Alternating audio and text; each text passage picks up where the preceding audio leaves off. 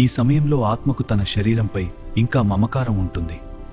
అందుకే శాస్త్రాల ప్రకారం శరీరాన్ని అగ్నికి మార్గమవుతుంది. ఆత్మకు విముక్తి మార్గం సుగమమవుతుంది.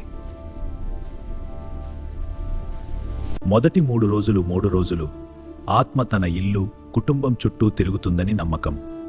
ఈ సమయంలో ఆత్మకు దారి తెలియని స్థితి ఉంటుంది. అందుకే కుటుంబ సభ్యులు శాంతి ప్రార్థనలు చేస్తారు. ఏకోదిష్ట శ్రాద్ధం ఈ రోజు చాలా ముఖ్యమైనది. పితృదేవతలలో ఒక భాగంగా మారుతుంది.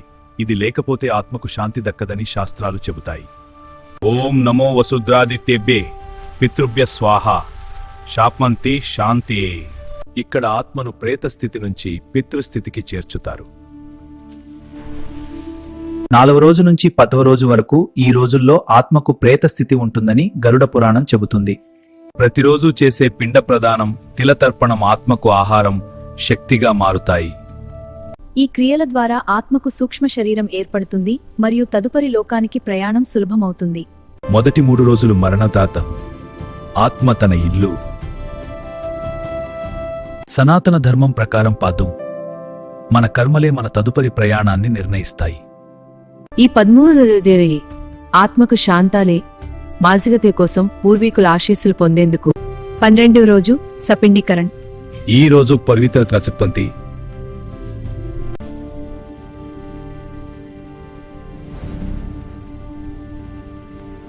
ఈ రోజు తర్వాత ఆత్మ తన కర్మల ఆధారంగా పితృలోకంలో ఉండవచ్చు లేదా మళ్లీ జన్మకు సిద్ధమవుతుంది.